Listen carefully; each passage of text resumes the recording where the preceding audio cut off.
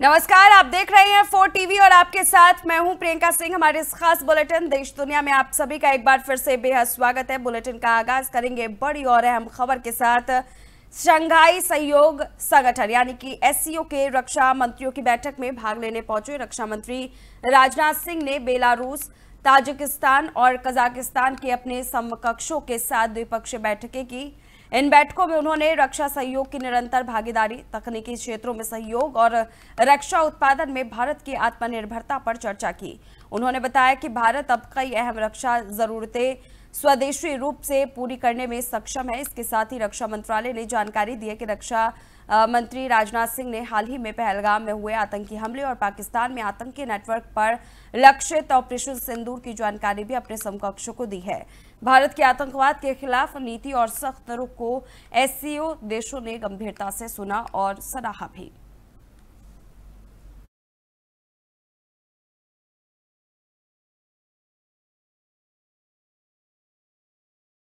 और इसी के साथ ही रक्षा मंत्री राजनाथ सिंह ने सोशल मीडिया प्लेटफॉर्म एक्स पर एक ट्वीट साझा किया। उन्होंने लिखा कि शंघाई सहयोग संगठन की रक्षा मंत्रियों की बैठक के दौरान उन्होंने चीन के रक्षा मंत्री एडमिरल डॉन जून के साथ द्विपक्षीय संबंधों से जुड़े मुद्दों पर रचनात्मक और दूरदर्शी विचारों का आदान प्रदान किया। उन्होंने 6 सालों के अंतराल के बाद कैलाश मानसरोवर यात्रा फिर से शुरू होने पर अपनी खुशी व्यक्त की और दोनों देशों के बीच सकारात्मक गति बनाए रखने और उसके साथ ही नई जटिलताओं से बचने की जरूरत पर जोर दिया।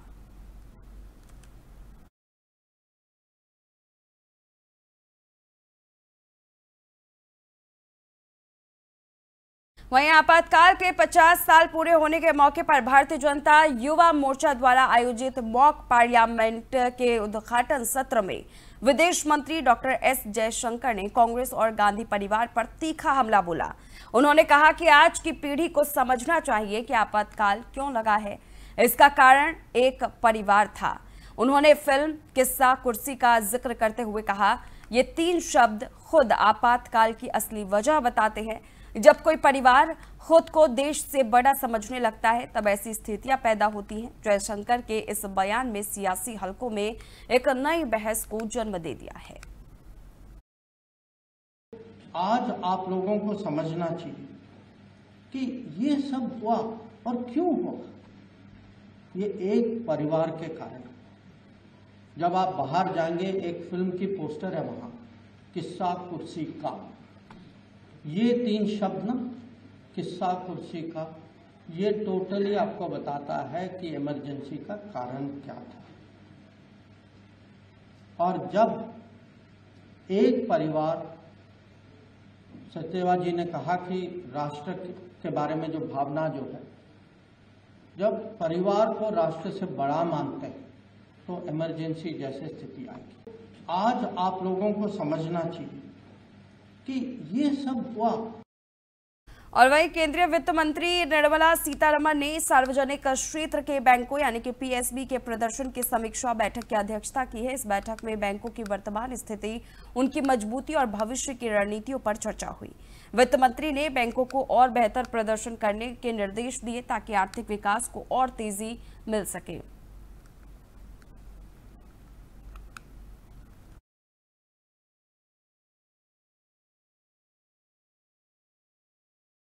तो वही बांग्लादेश की राजधानी ढाका में स्थित एकमात्र दुर्गा मंदिर को प्रशासन द्वारा ध्वस्त किए जाने पर हिंदू समुदाय ने भारी आक्रोश जताया है। आपको बताते हुए चले, ये मंदिर रेलवे की जमीन पर बना हुआ था, लेकिन स्थानीय निवासियों का कहना है कि प्रतिमा को हटाए बिना मंदिर को गिरा देना गहरी धार्मिक चोट है। स्थानीय निवासी प्रसेनजीत चंद्रदास ने कहा, ये एकमात्र पूजा स्थल था जहां हम प्रार्थना करते थे। मूर्ति के साथ ढांचे को गिराना हमें स्वीकार्य नहीं है। एक अन्य श्रद्धालु ने कहा, मैं निशब्द हूं। मेरी बहनें जो हमेशा देवी की पूजा करती थी अब टूट चुकी है। हिंदू समुदाय ने सरकार से अपील की है कि दुर्गा पूजा के पहले उन्हें कोई वैकल्पिक पूजा स्थल प्रदान किया जाए ताकि उनकी आस्था को एक जगह मिल सके।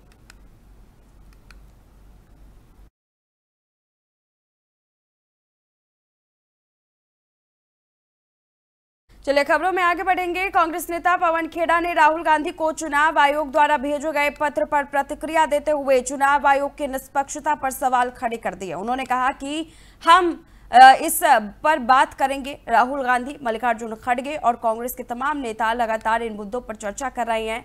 खेड़ा ने आरोप लगाया कि चुनाव आयोग अब स्वतंत्र संस्था नहीं रह गया है, बल्कि वो पीएम मोदी की कठपुतली की तरह काम कर रहा है। इस बयान के बाद सियासी माहौल और गर्मा गया। वहीं कांग्रेस का कहना है कि लोकतंत्र की रक्षा के लिए वे पूरी मजबूती के साथ खड़े रहेंगे। उसी पर आज चर्चा आपसे करेंगे, विस्तृत चर्चा करेंगे। उसको हमने स्टडी भी किया है और भी स्टडी कर रहे हैं। कल हमने एक स्टेटमेंट भी निकाला कांग्रेस पार्टी की तरफ से। राहुल गांधी जी, मल्लिकार्जुन खड़गे जी और इंडिया अलायंस के अनेक सदस्य लगातार इन मुद्दों पर चर्चा कर रहे हैं, दबाव बना रहे हैं चुनाव आयोग पर। लेकिन चुनाव आयोग कठपुतली की तरह, जैसे मल्लिकार्जुन खड़गे साहब ने उस दिन कहा, कठपुतली की तरह मोदी जी के इशारों पर चलता है। अब ये नए नए शब्द ले आए। अब जैसे जिसको ये अमृतकाल कहते हैं, वो क्या है? वो अघोषित इमरजेंसी है। जिस नेता ने, जिस पार्टी की सरकार ने इमरजेंसी लगाई थी, संविधान के माध्यम से इमरजेंसी लगाई थी, संविधान के माध्यम से इमरजेंसी हटाई और फिर उस इमरजेंसी के लिए माफी मांगी, जनता ने माफ किया और 353 सीटें लेकर वही पार्टी, वही नेता फिर से आई। उसी पर आज चर्चा। तो वही राजस्थान के मुख्यमंत्री भजनलाल शर्मा के हालिया बयान पर कांग्रेस के वरिष्ठ नेता और पूर्व मुख्यमंत्री अशोक गहलोत ने तीखा पलटवार किया है।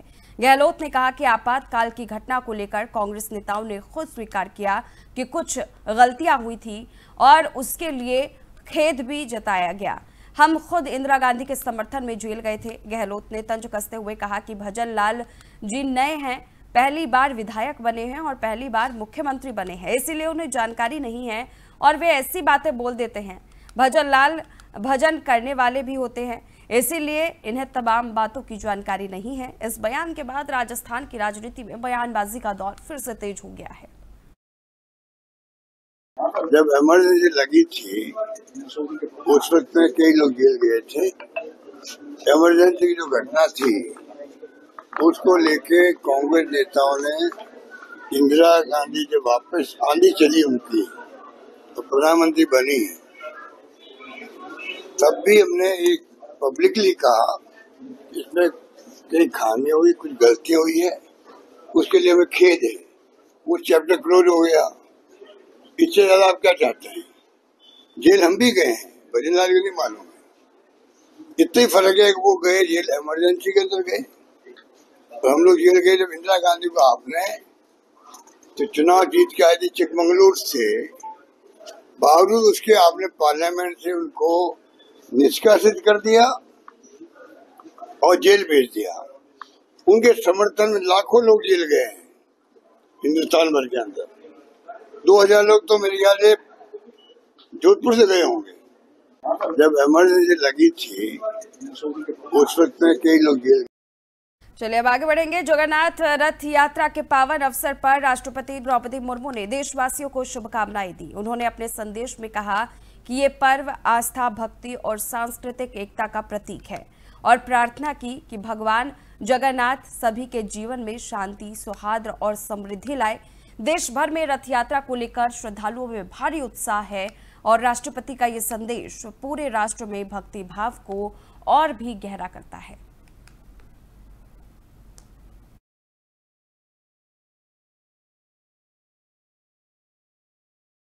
वहीं ओडिशा के मुख्यमंत्री मोहन चरण मांझी ने विश्व प्रसिद्ध वार्षिक रथ यात्रा के पावन मौके पर श्रद्धालुओं का हार्दिक स्वागत किया। उन्होंने कहा कि ये रथ यात्रा आस्था और भक्ति का प्रतीक है। मैं सभी से अपील करता हूं कि वे इस पावन यात्रा में शामिल होकर रथ पर विराजित महाप्रभु के दिव्य दर्शन करें और उनका आशीर्वाद प्राप्त करें। रथ यात्रा में लाखों श्रद्धालु हिस्सा ले रहे हैं और पूरे प्रदेश में भक्ति का वातावरण बना हुआ है।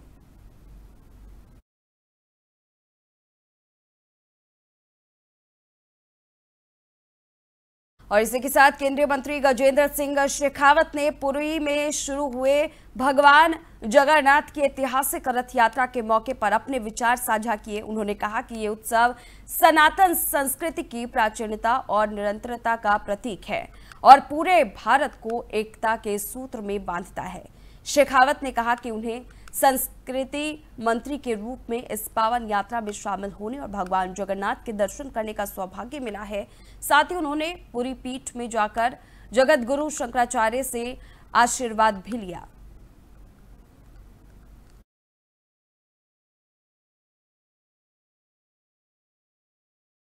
इसी कड़ी में केंद्रीय मंत्री धर्मेंद्र प्रधान ने जगन्नाथ रथ यात्रा के पावन मौके पर श्रद्धालुओं को शुभकामनाएं दी। उन्होंने प्रार्थना करते हुए कहा कि मैं कामना करता हूं कि महाप्रभु जगन्नाथ का आशीर्वाद सभी पर बना रहे और उनके आशीर्वाद से पूरा विश्व शांतिमय और प्रगतिशील हो। इस मौके पर पूरे प्रदेश में भक्ति और उत्साह का माहौल देखने को मिला।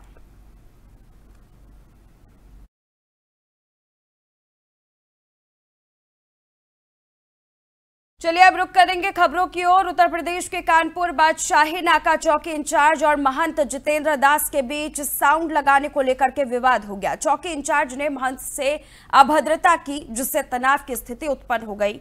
ये मामला पीपल वाली कोठी नयागंज थाना क्षेत्र का बताया जा रहा है। महंत के साथ पार्षद और सैकड़ों लोग धरने पर बैठ गए। जगन्नाथ यात्रा से पहले इस विवाद ने कानपुर में तनाव बढ़ा दिया है। मौके पर कई थानों की पुलिस बल मौजूद है ताकि शांति बनाए रखी जा सके। अभी उस प्रकरण की पूरी जानकारी नहीं है। आपने मुझे सूचना दी है, मेरे पास फोन भी आया है। इस तरीके की बदतमीजी किसी पुलिस चौकी इंचार्ज दी है। अगर उसने ऐसा किया है चौकी इंचार्ज ने, तो निश्चित रूप से खिलाफ कार्रवाई की जाएगी। इस संबंध में हम अभी पुलिस कमिश्नर से बात करेंगे। लेकिन साउंड को लेकर सरकार की ही गाइडलाइन, उसका पालन चौकी इंचार्ज करा रहा है, इसको लेकर धार्मिक लोगों का सामना करना पड़ा।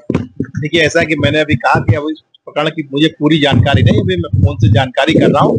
जैसे जानकारी पूरी होगी, जो भी उचित होगा कार्रवाई की जाएगी। अभी उस प्रकरण की पूरी जानकारी नहीं है। आपने मुझे सूचना दी है, मेरे पास फोन भी आया है। इस तरीके की बदतमीजी किसी पुलिस चौकी इंचार्ज दी है। अगर उसने ऐसा किया है चौकी इंचार्ज ने, तो निश्चित रूप से खिलाफ कार्रवाई की जाएगी। वहीं रेल मंत्री अश्विनी वैष्णव ने ग्वालियर से बेंगलुरु के लिए नई साप्ताहिक ट्रेन का वर्चुअल उद्घाटन किया है। इस मौके पर उन्होंने कहा कि इस ट्रेन से ग्वालियर, गुना, भोपाल समेत पूरे मध्य प्रदेश को बड़ा फायदा होगा। रेल मंत्री ने बताया कि प्रधानमंत्री की अगुवाई में मध्य प्रदेश में रेलवे का तेजी से विकास हो रहा है। उन्होंने आंकड़े साझा करते हुए बताया कि पिछले 11 सालों में 2651 किलोमीटर नई पटरियां बिछाई गई है, जो डेनमार्क जैसे देशों के लिए पूरे रेलवे नेटवर्क से ज्यादा है।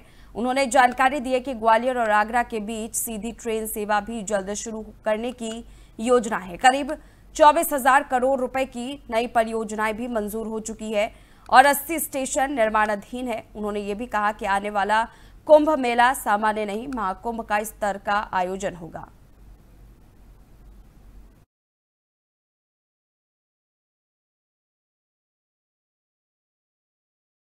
तो वही राजा रघुवंशी हत्याकांड की जांच को लेकर के पुलिस ने बड़ी सफलता हासिल की है। पुलिस अधीक्षक हर्बर्ट पिनियाड खारकोंगोरे ने बताया कि शुरुआती पूछताछ में वाहन से बंदूक, गोला बारूद और 50,000 रुपए बरामद किए गए हैं।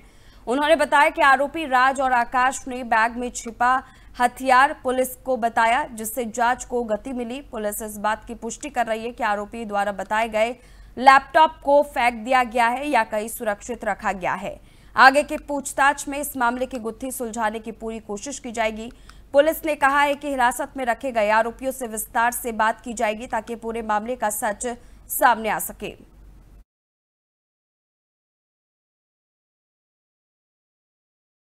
वहीं आज सुबह एक निर्माणाधीन इमारत अचानक गिरने से 3 मजदूरों की मौके पर ही मौत हो गई। तस्वीरें हम आपके साथ केरल से साझा कर रहे हैं। केरल के त्रिशूर में आज सुबह एक निर्माणाधीन इमारत अचानक गिरने से 3 मजदूरों की मौके पर ही मौत हो गई। कई अन्य मजदूर मलबे में फंसे होने की आशंका जताई जा रही है। स्थानीय प्रशासन ने तुरंत राहत और बचाव कार्य शुरू कर दिया है। एनडीआरएफ, फायर ब्रिगेड और पुलिस की टीमें मौके पर पहुंचकर मलबा हटाने का काम कर रही है। घायलों को नजदीकी अस्पताल में भर्ती कराया गया है।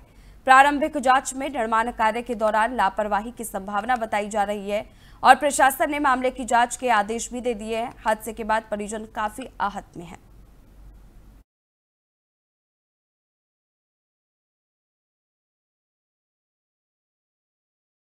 तो तो वहीं नूह जिले के अरावली इलाके में करीब 5 एकड़ जंगल में आग लग गई। डीसी विश्राम कुमार मीना ने बताया कि प्लास्टिक और रासायनिक कचरे के कारण यह समस्या लंबे समय से बनी हुई थी। उन्होंने कहा कि एसडीएम के नेतृत्व में एक समिति बनाई गई है, एफआईआर दर्ज की गई है और कुछ लोगों को गिरफ्तार भी किया गया है।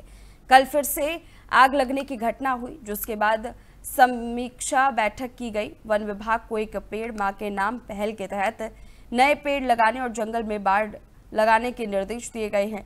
आग लगाने वालों के खिलाफ सख्त कार्रवाई की घोषणा की गई है।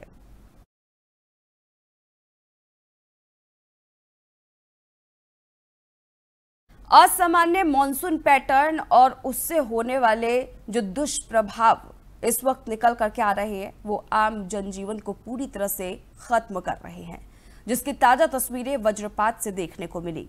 वज्रपात से भारी नुकसान हुआ है, जान माल का नुकसान हुआ है, तो कहीं पर लाखों की संपत्ति भी जल करके खाक हुई है। जरा इस रिपोर्ट को देखिए और समझिए वज्रपात किस तरह से लोगों के जीवन पर कहर बरपा रही है। वज्रपात सबसे ज्यादा घटने वाली प्राकृतिक घटना। वज्रपात वैसे तो दुनिया की सबसे ज्यादा घटने वाली प्राकृतिक घटना मानी जाती है। वर्ष दर वर्ष बढ़ रही इसकी तीव्रता, लेकिन साल दर साल इसकी तीव्रता जिस तरह बढ़ रही है वह गंभीर चिंता का कारण है।